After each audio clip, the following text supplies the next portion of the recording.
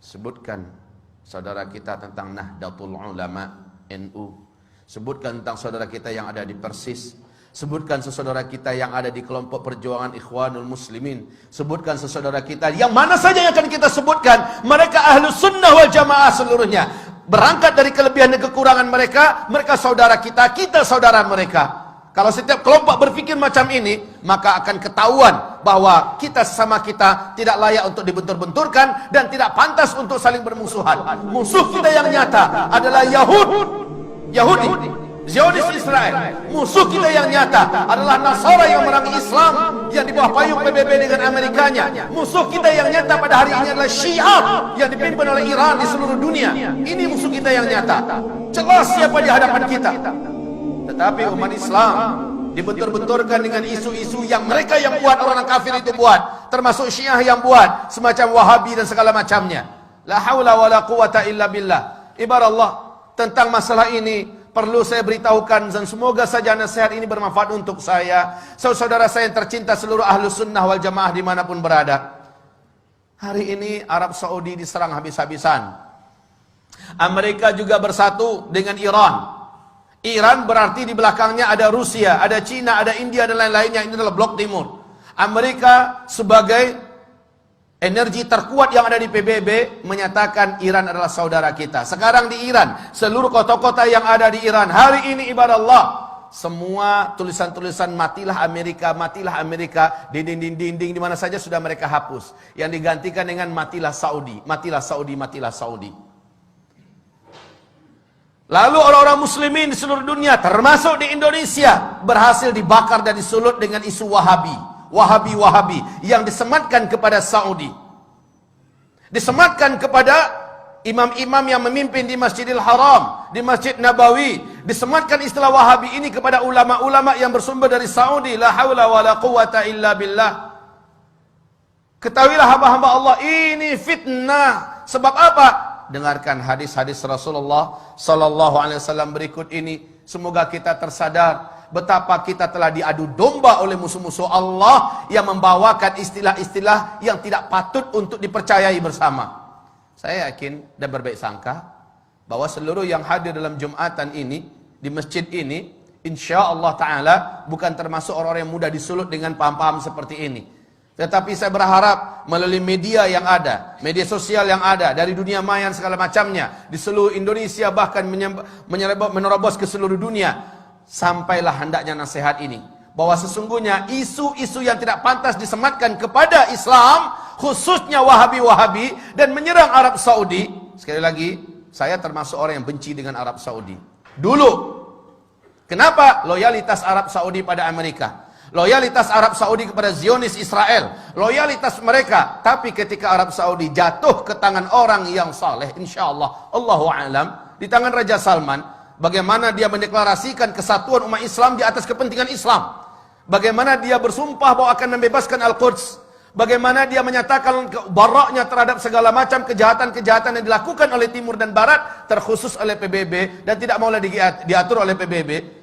Lihat bagaimana sekarang Islam benar-benar menjadi perhatian utama, dan sejak itu Amerika berpihak kepada Iran. Sejak itu Amerika bertekad untuk menghabisi Ahlus Sunnah wal Jamaah melalui lokomotif yang paling benci kepada Islam, yaitu Syiah.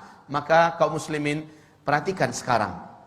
Rasulullah bersabda sallallahu alaihi wasallam, "Innad din la ya'rizu ilal hijazi kama ta'rizul hayyah ila juhriha." Sesungguhnya agama ini pada akhirnya nanti akan kembali berpusat dan berfokus kepada Hijaz, sebagaimana berpusatnya dan berkutatnya ular di dalam lubangnya. Hijaz itu adalah Makkah, Madinah, Taif. Ini yang Hijaz. Di zaman-zaman fitnah, Islam akan kembali berkutat atau berkonsentrasi di Hijaz. Dan ini sekarang difitnah sebagai Wahabi-Wahabi.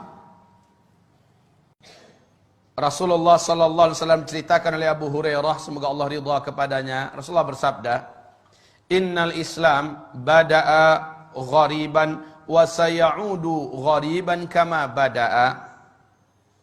Islam mula-mula datang, dia adalah aneh, dikucilkan dan tidak diterima.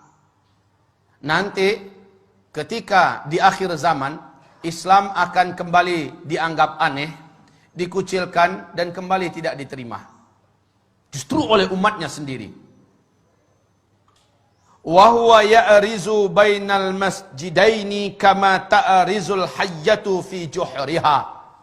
Dan Islam ini, kata Rasulullah sallallahu alaihi wasallam, hanya akan terpusat di dua masjid ini, yakni Masjid An-Nabawi dan Masjidil Haram, berarti di Mekah dan di Madinah, ya. Kama ta'rizul hayyatu fi juhriha, sebagaimana ular berpusat di dalam lubangnya.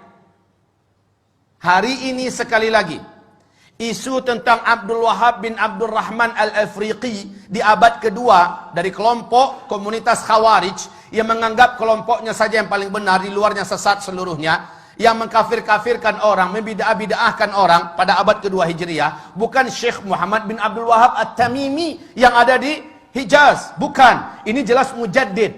Tetapi umat Islam ini dengan dalam buku yang ditulis oleh Muhammad Novelis, Zionis dan Syiah bersatu menghantam Islam. Ternyata istilah Wahabi-Wahabi yang harusnya di abad kedua yang muncul itu, si Khawarij itu, ini yang dihidupkan dan disematkan kepada Syekh Muhammad bin Abdul Wahab. Dan ini tidak benar, ini batil. Syekh Muhammad bin Abdul Wahab adalah seorang mujaddid, ulama Ahlus Sunnah wal Jamaah.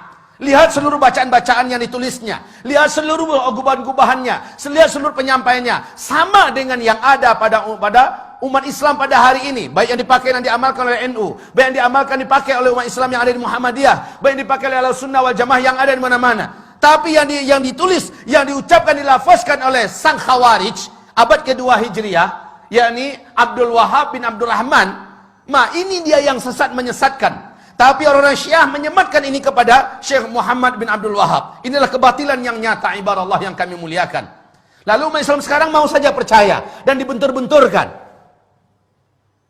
Betapa prihatinnya, perih hati saya ketika mendengar ada seorang Sunni diusir oleh saudara Sunninya yang lain.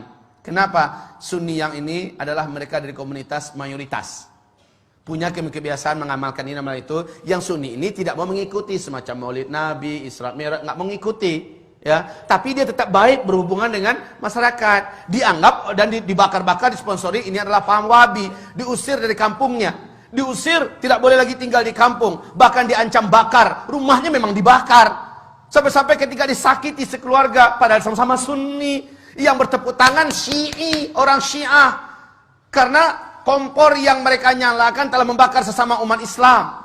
Harusnya kaum muslimin sadarilah, semua sifat-sifat Wahabi yang diceritakan oleh saudara kita yang menyebar di mana-mana 100% ada pada komunitas Syiah. Semua sifat-sifat yang ada pada Wahabi-Wahabi itu ada pada Syiah seluruhnya. Baca tentang Syiah, lihat perangai Wahabi, 100% ada pada Syiah. Yang maling mereka, yang teriak maling mereka dan mengadu domba sesama umat Islam. Sadarlah. Sadarlah. Wahai saudaraku, jangan mau dibentur-benturkan. Cintai saudaramu. Dan kata Rasulullah SAW, La tadkhulul jannah hatta tu'minu.